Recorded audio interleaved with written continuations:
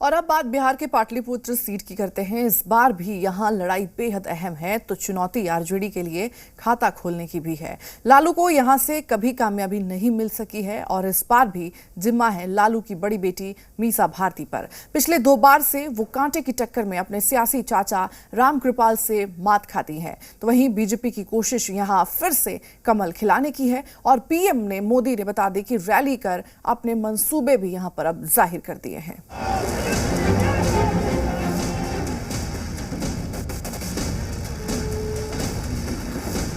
4 जून के लिए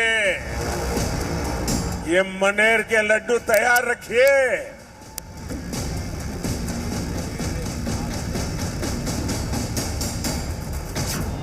जी हां, 4 जून को कौन खाएगा लड्डू और किसका बिगड़ेगा सियासी जायका, ये तो चुनावी नतीजों के बाद पता चलेगा।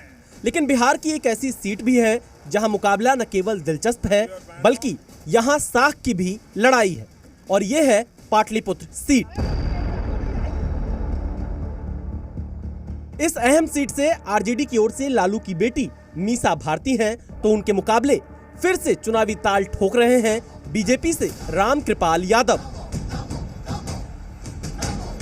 ये वही रामकृपाल हैं जो कभी लालू यादव के सबसे बड़े सिपहसालार हुआ करते थे, लेकिन सियासी कालचक्र ने ऐसी पलटी मारी कि वो लालू के लिए सबसे बड़ी चुनौती बने हुए हैं, क्योंकि अभी तक के सियासी घमासान में रामकृपाल ही मीसा भारती पर भारी पड़े हैं। अब एक बार फिर पाटलिपुत्र सीट से मीसा भारती और रामकृपाल यादव आमने सामने हैं। अब सवाल यह है कि पिछले 2 चुनावों में थोड़े अंतर से चूक रही मीसा हार की हैट्रिक रोक पाएंगी या फिर रामकृपाल जीत की हैट्रिक लगाने में कामयाब होंगे। इस बार मीसा को जिताने के लिए पूरी लालू फैमिली चुनाव प्रचार में जुटी नजर आई, तो रामकृपाल के पक्ष में बीजेपी के बड़े खिलाड़ी भी मैदान में डटे रहे। खुद प्रधानमंत्री मोदी ने मोर्चा संभाला।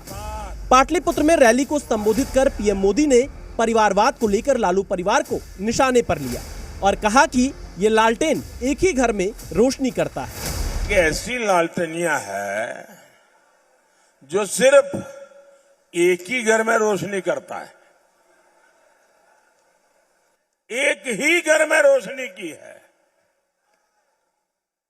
30 साल का इतिहास देख लीजिए, एक ही घर में रोशनी और चारों तरफ अंधेरा हो जाए तो हो जाए, उनके घर की रोशनी जलती रहे।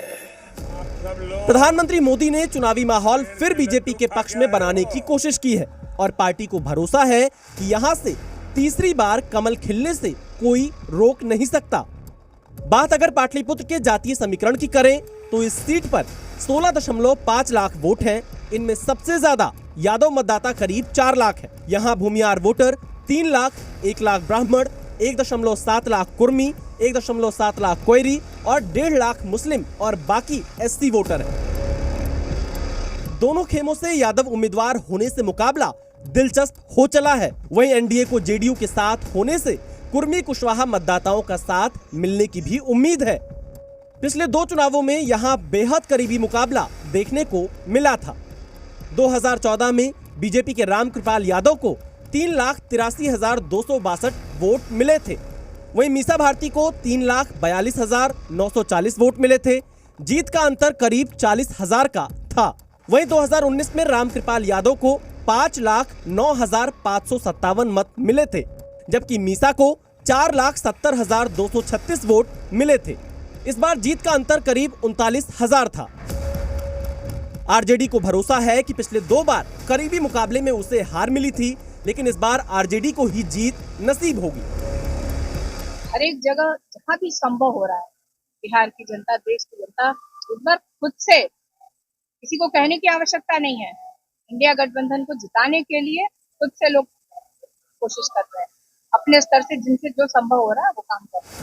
रामकृपाल यादव भी पूरी तरह निश्चिंत नजर आ रहे हैं कि मोदी के चेहरे के दम पर पाटलिपुत्र में भगवा लहराएगा। पाटलिपुत्र की जंग इस बार कांटे की है। लालू की बड़ी बेटी के सामने चुनौती हार की हैट्रिक रोकने की है, तो वहीं रामकृपाल के सामने चुनौती इस सीट पर लगातार तीसरी बार कमल खिलाने की है। ब्यूरो रिपोर्ट, जी मीडिया।